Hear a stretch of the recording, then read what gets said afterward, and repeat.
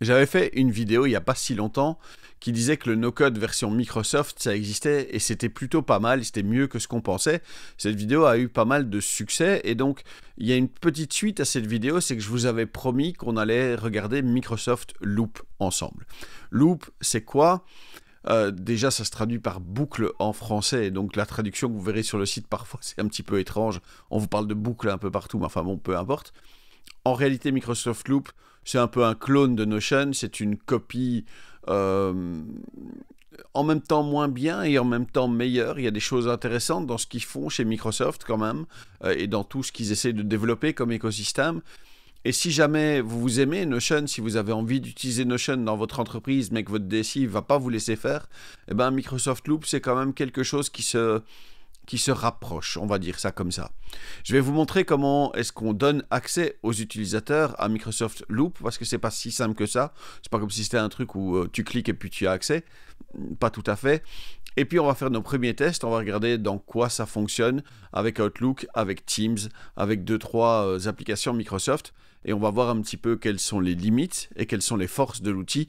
Et surtout, on va réfléchir pour le futur, qu'est-ce que ça va nous amener. Bonjour, je m'appelle Vince et bienvenue sur Creacity.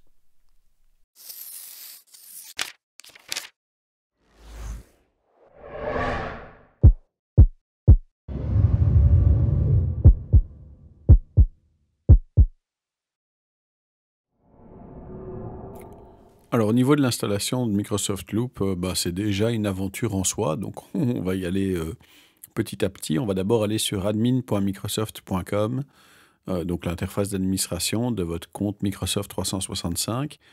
Et là, on va aller dans Teams et groupes. On va chercher les équipes actives et les groupes, justement. Et on va créer une nouvelle équipe, un nouveau groupe. Alors ici, je dis bien un nouveau groupe et pas une nouvelle équipe, je ne veux pas me tromper. Ajouter un nouveau groupe, parce que justement, ce qu'on veut, c'est ne pas créer une team ou un truc comme ça. On veut créer un groupe de sécurité. Un groupe de sécurité parce qu'en fait, on va donner accès à certaines personnes à Microsoft Loop. Et c'est avec un groupe de sécurité qu'on peut faire ce genre de choses-là. Alors, ce groupe de sécurité, évidemment, il faut lui donner un nom. Donc ici, on va l'appeler Loop Users. Bon, ok, vous apprécierez l'originalité de la chose. J'insiste aussi peut-être en disant Loop Users sur le fait qu'un peu plus tard, là, dans la procédure, vous allez voir que, il y a les utilisateurs et les administrateurs. Et moi, j'ai jamais réussi à faire fonctionner Loop, en tout cas dans mes tests, là, les premiers tests que j'ai faits. J'ai jamais réussi à faire fonctionner Loop avec un administrateur du groupe de sécurité, mais bien avec des utilisateurs du groupe de sécurité. Et donc ça, c'est peut-être un petit peu étrange, un peu bizarre. Mais maintenant qu'on est dans les équipes et les groupes actifs, là, on a notre Loop Users qui est bien dans les groupes de sécurité. Et pour l'instant, il est rempli de vide. Conséquence, on va simplement rajouter des renseignements, des personnes à ce groupe. Et donc ici, je clique sur Loop Users et à droite, on a les membres et on a les propriétaires et les utilisateurs. Et vous allez voir qu'on va devoir, en fait, je vais rajouter un utilisateur, je vais me rajouter à moi comme administrateur, voilà. Mais un peu plus tard, en fait, j'ai jamais réussi à me connecter avec ce compte-là à Loop. Alors, je ne sais pas si c'est parce que je n'ai pas été assez patient, parce que j'ai fait une bêtise, mais enfin, j'y suis pas arrivé. Par contre, quand je vais rajouter un membre là en dessous, je vais rajouter Hématome. Hématome, c'est notre copine qui nous aide dans Microsoft 365. Hein. C'est un personnage que j'ai créé pour les formations que je fais sur Microsoft 365 et Teams. Quand je vais ajouter Hématome, tout à l'heure, elle aura accès à Loop. Et donc voilà, là, il y a peut-être une subtilité, un truc en tout cas sur lequel il faut faire attention.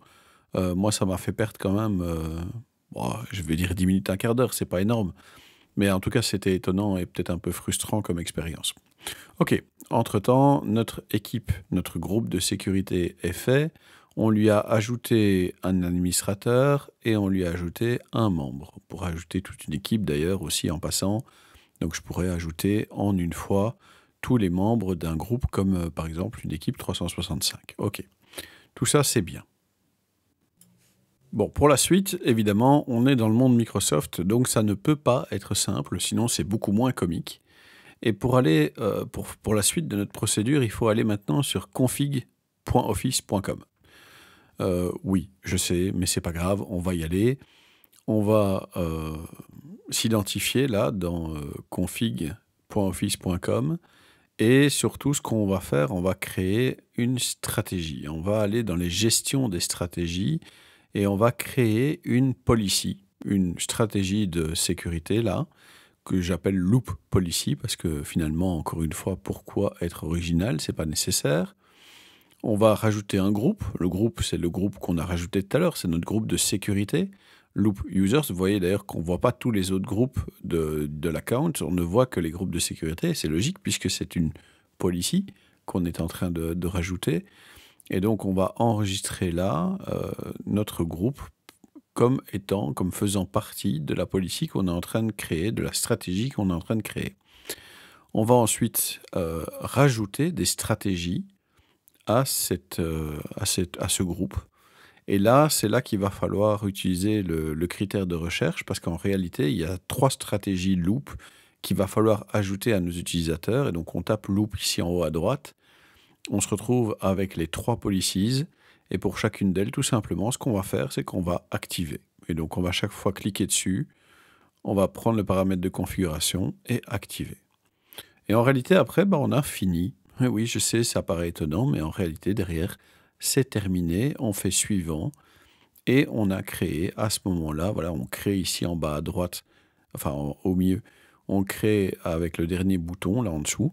Et quand on a créé cette policy, cette stratégie de sécurité, et qu'on a les 3 stratégies loop qui sont bien configurées, en réalité, il faut attendre une demi-heure, 1h30, 24 heures peut-être, ça dépend vraiment des fois, mais chez moi, ça a été très vite. En une demi-heure, c'était emballé cette histoire et j'ai pu commencer à vraiment jouer avec.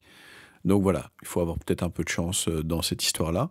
Mais notre configuration de stratégie, elle est créée. On a une policy ici dans config.office.com et dans admin.microsoft.com, on a créé un groupe de sécurité dans lequel on a ajouté les utilisateurs. Donc voilà, la procédure, elle est un petit peu étonnante, casse-pied, compliquée, mais enfin bon, ça reste une bêta pour Microsoft Loop. Donc je suppose que pour que tout le monde ne commence pas à faire n'importe quoi dans cette histoire, on cadenasse assez bien les possibilités au départ et on laisse que certains utilisateurs utiliser Loop.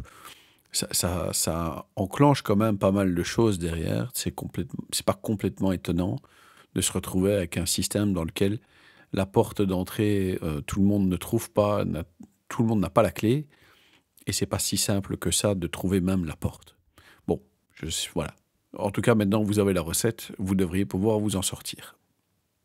Finalement, rendez-vous sur loop.microsoft.com. On s'identifie. Là, vous allez voir que j'utilise mon compte admin et que ça ne fonctionne pas. Et là, encore aujourd'hui, même là, pendant que je fais le montage, j'ai encore vite regardé. Ça ne fonctionne toujours pas avec mon compte admin. Mais si je me connecte avec Hematome, avec le compte du membre, là, tout d'un coup, ça fonctionne. Et je vais vous montrer maintenant ce que ça donne et ce qu'on peut faire avec tout ça. Alors, on se retrouve sur l'écran sur lequel on arrive la première fois qu'on lance Loop. Alors, on va faire un petit tour rapide de l'interface. On a la barre latérale ici sur le côté, un peu comme... vous allez voir qu'il y a beaucoup de choses qui ressemblent à Notion ou à Coda, évidemment. On voit bien d'où ça vient et on voit bien quel est l'objectif quand même là derrière de Microsoft. Ici, la barre pour chercher un petit peu et avoir le fil d'Ariane, savoir où on en est dans la navigation. Ici, on va copier ça en tant que composant Loop. Alors ça, on en reparlera un peu plus tard. Ce sera déjà un petit peu plus croustillant. C'est quand on va utiliser ça à l'intérieur d'autres parties des outils Microsoft. Même chose au niveau de la partage. Au niveau du partage, on peut partager le lien vers la page, oui, certes, mais on peut aussi partager cette histoire-ci en tant que composant Loop. Et là aussi, on verra un petit peu plus tard ce que ça donne. Alors ici, au niveau de cette page-ci, on peut la supprimer, on peut avoir des paramètres pour cette page-ci. Il n'y a pas encore grand-chose, évidemment, mais voilà. Vous constaterez aussi que je suis à nouveau connecté avec le compte d'Hematome, ma copine qui nous aide dans les outils Microsoft. Okay, même chose pour ici, on peut se déconnecter. Alors, on a ici les différentes pages qui font partie de ce workspace, de cet espace de travail-ci. Et on voit qu'on peut afficher ça par activité aussi. Donc ça pourrait être pas mal.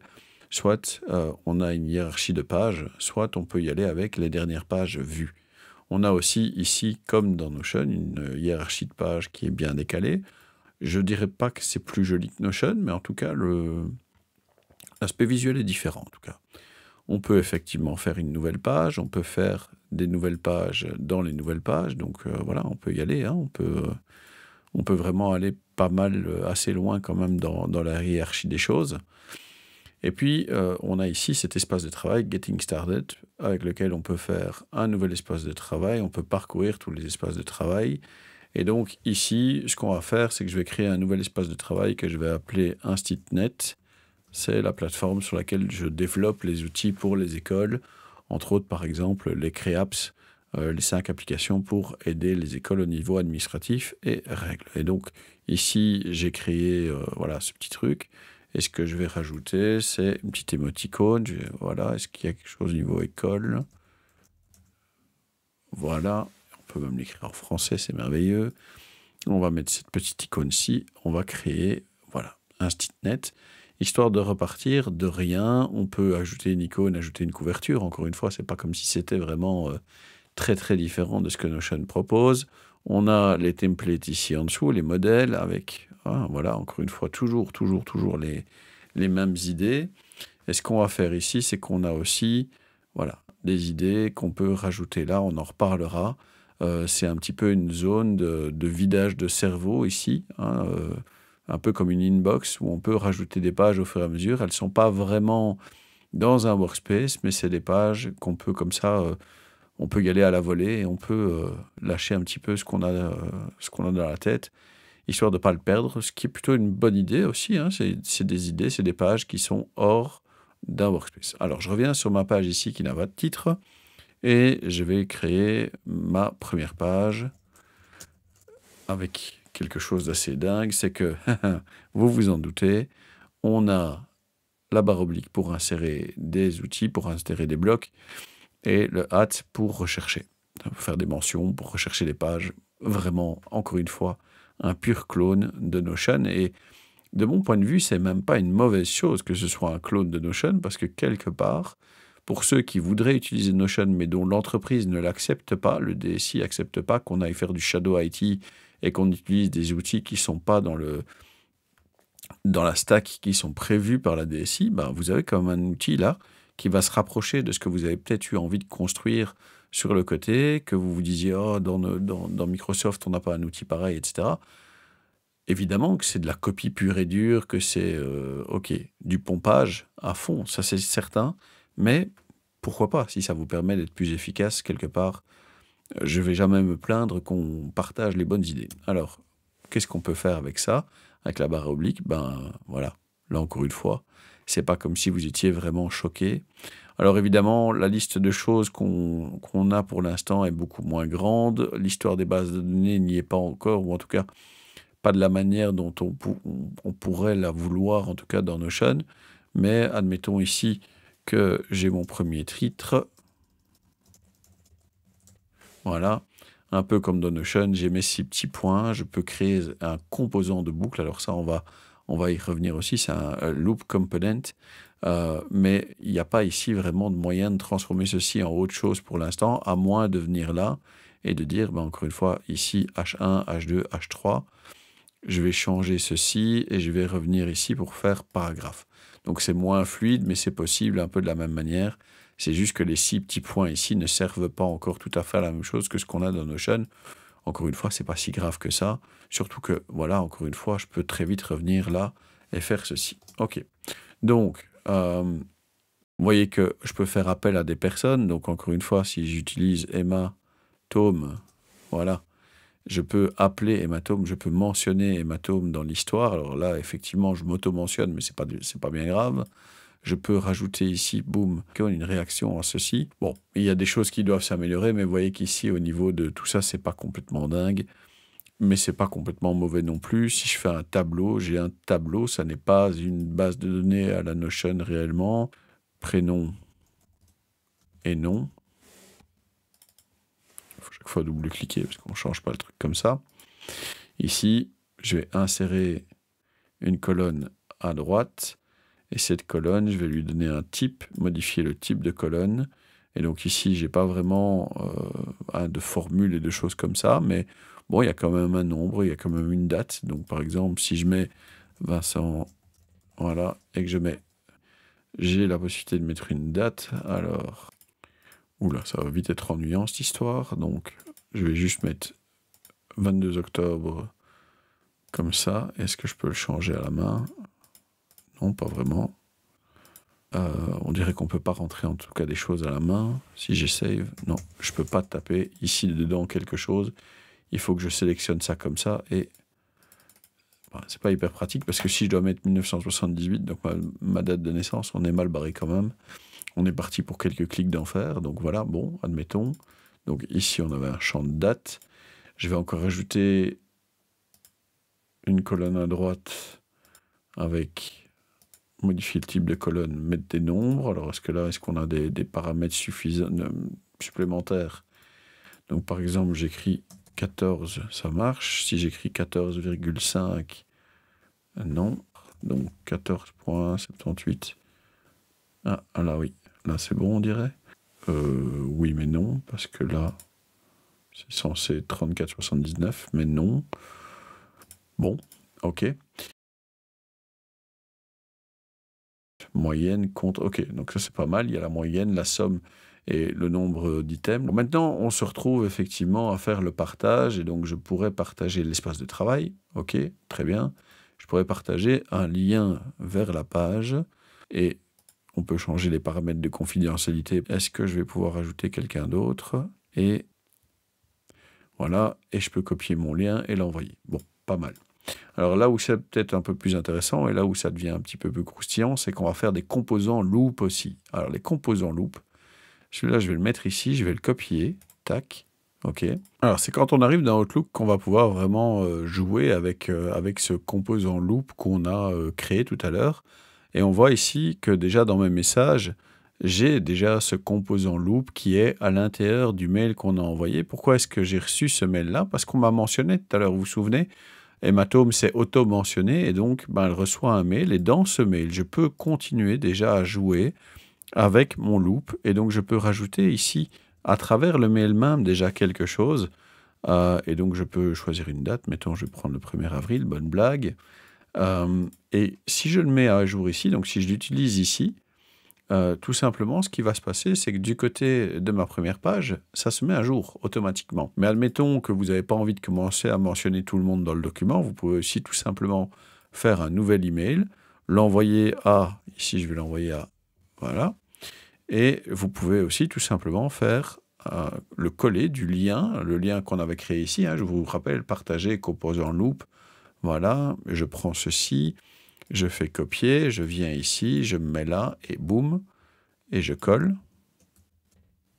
Et à partir du moment où je colle, j'ai mon composant loop qui est là. On voit bien qu'Hématome est en train de modifier cette colonne-ci, etc. Je peux changer des choses là, je peux rajouter du texte. Voilà, on est bien ici. OK, donc vous voyez que j'ai rajouté du texte là. Et si je retourne ici, encore une fois, ça se met à jour de ce côté-là aussi. Et donc, dans un mail, vous pourriez avoir du contenu dynamique, quelque chose qu'on pourrait mettre à jour directement sans avoir besoin d'ouvrir une nouvelle page, etc. Et c'est là que ces composants loop deviennent vraiment intéressants, deviennent vraiment utiles. Donc voilà un exemple, une proposition, un endroit où on peut utiliser un composant loop. Alors au niveau de Teams, ce qu'on peut faire, c'est que dans les équipes, on ne peut pas vraiment ajouter de loop encore réellement, même si je crée une nouvelle conversation ici. Dans les petits outils, je n'ai pas vraiment l'icône de loop qui apparaît. C'est pas possible manifestement d'ajouter ça pour l'instant à l'intérieur d'une conversation publique là. Par contre, si je crée un chat et que j'ai une conversation entre Hématome et quelqu'un d'autre, et donc je vais mettre par exemple, voilà, boum. Là, j'ai un composant loop qui est là, hein, les loop components. Donc je pourrais commencer à utiliser ici des loop components à travers ici ma conversation, mon chat. Mais je peux aussi tout simplement coller ici à nouveau mon composant loop, l'envoyer ici dans le chat. Et donc, dans le chat, encore une fois, je peux voilà, remplir ceci directement. Donc, ça ne se fait pas tout à fait au niveau de la conversation d'équipe ou du channel, mais ça se fait plus là. Alors, quand on veut encore aller peut-être un petit peu plus loin, on peut essayer même aussi cette histoire de tâches. Et donc, on a aussi une liste des tâches qui est possible avec test 1 qui est ajouté pour Emma Tom et qui doit être fait pour le 5 avril, 3 jours à gauche. C'est 3 days left. Et donc, left, ouais, à gauche, ouais. Bon, incroyable la traduction, mais admettons. Puis, test 2 qui est affecté à Vincent et qui sera fait le 28 avril. Et donc, ce qui fait que ici dans les mails, je suis à nouveau mentionné, conséquence, j'ai à nouveau reçu un mail avec cette histoire-là, et j'ai bien ici une tâche qui m'est affectée à cet endroit-là. Ça ne veut pas vraiment dire que dans To-Do, il y a quelque chose qui s'est mis en route, ça ne veut pas dire ici que dans Task, dans To-Do, il y a quelque chose qui a été rajouté, pas vraiment. Ça ne veut pas dire non plus que dans Planner, il y a quelque chose de plus non plus, d'ailleurs. Donc ici, on voit bien qu'il n'y a rien dans les tâches qui sont assignées. C'est bien, hein, attention, il y a des choses qui sont vraiment pas mal. Et puis alors, il y a des choses où tu te dis, bon, bah, est-ce que vraiment, c'est vraiment ce qu'on veut, c'est vraiment ce qu'on a besoin? Maintenant, par exemple, ici, encore une fois, si je prends ce morceau-là avec les tâches ici, je peux créer un composant loop. Et donc, je n'ai que ce composant-là. Et si je reviens ici encore une fois dans Teams et que je le partage avec quelqu'un, boum, encore une fois, je n'ai que ça cette fois-ci. Donc, je n'ai pas toute la page. J'ai juste le morceau qui m'intéresse. J'ai juste ce morceau-ci et pas toute la page. Même si ici, il y a tout le reste.